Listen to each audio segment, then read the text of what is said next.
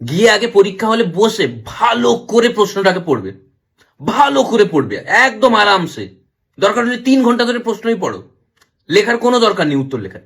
আর যদি লেখো একদম তাড়াহুড়ো করে লিখে দাও যেন ভুল হয়, তারপরে রিভাইজ করো যে আমার ঠিক হয়ে গেল না তো, ঠিক হয়ে গেলে কেটে আবার ওটাকে ভুল করো। আর যেগুলো পারবে না ওগুলোকে আগে করে নাও, যেগুলো পারবে ওগুলোকে লাস্টে ছেড়ে দাও। আর পরীক্ষা দেওয়ার সময় মাথাটাকে একদম গরম করে তাড়াহুড়ো করো, একের পর এক ভুল করে দিয়ে আসো। সবসময় মাথার মধ্যে যেন থাকে আমাকে ফেল করতে হবে, চেষ্টা করো ফেল করার। আর পরীক্ষার সময় মনোযোগটা মেন, মনোযোগ, এদিক ওদিক তাকানোর কোনো দরকার নেই, একদম তুমি জানলার দিকে তাকিয়ে থাকো, আর অন্য কোনো দিকে তাকানোর দরকার নেই। আরেকটা কথা, ভুল ভাল কাজে সময় নষ্ট করার কোনো দরকার নেই। অনেকে মাইক্রো জেরক্স করে নিয়ে যায়, একদম ওগুলো নয়। বই নিয়ে যাও, টুকলি করো, ধরা পড়ে গেলে একদম ওখান থেকে চলে এসো, এসে এখানে দুঃখ করো আর আমাদের আনন্দ করার সুযোগ করে দাও।